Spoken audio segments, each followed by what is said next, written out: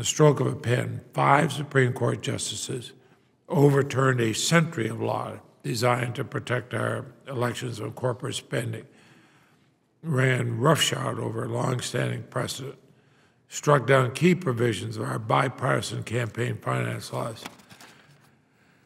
And I remain troubled today. The Supreme Court extended to corporations the same First Amendment rights of the political process that are guaranteed by the Constitution to individual Americans. Corporations aren't the same as individual Americans. Corporations don't have the same rights or the same morals or the same interests.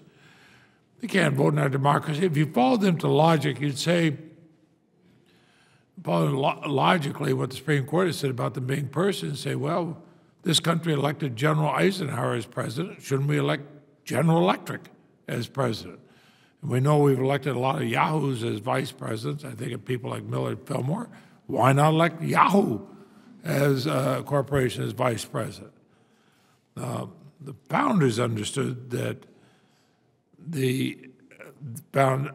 understood this. Vermonters and Americans across the country have long understood that corporations are not people in this political process. And unfortunately, a very narrow majority of the Supreme Court apparently did not want to believe what all Americans have believed. Like all Vermonters, I cherish our democratic process, cherish the fact that Vermont has one of the highest turnouts in elections in any state in the Union.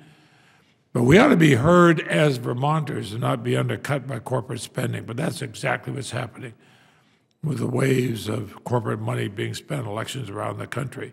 And it will continue to happen until we start to take action by passing the DISCLOSE Act.